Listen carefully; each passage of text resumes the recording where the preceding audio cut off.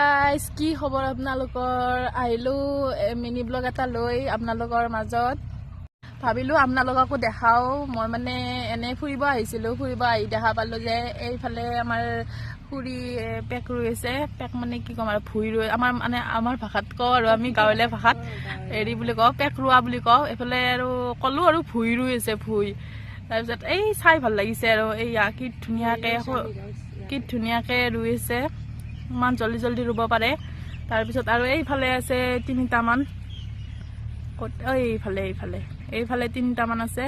ৰুই আছে তাৰপিছত আৰু ভাবিলোঁ অলপমান বহি কেনে দেখাওঁ আপোনালোককো আৰু ময়ো চাওঁ আৰু এইফালে ট্ৰেক্টৰৰ মাত আপোনালোকে শুনিছে নে নাই গম নাপাওঁ কিন্তু আমি শুনি আছোঁ ভাল লাগি আছে শুনি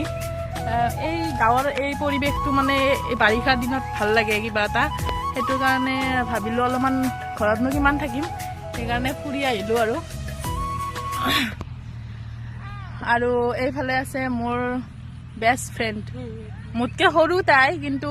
মানে বেষ্ট ফ্ৰেণ্ড আৰু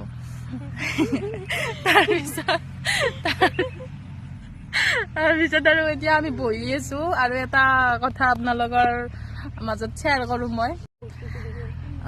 কথাটো কি জানেনে মই এইবাৰ BA ফাইনেল এক্সাম দিছিলোঁ ফাৰ্ষ্ট নগ'লেও